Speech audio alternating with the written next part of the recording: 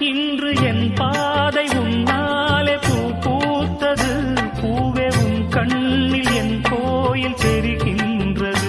உந்தன் பேர் கூட சங்கீதமாகின்றது. பொழுது நமக்காக நமக்காக விழுகின்றது. ஓடும் கங்கை நதி இல்லை என்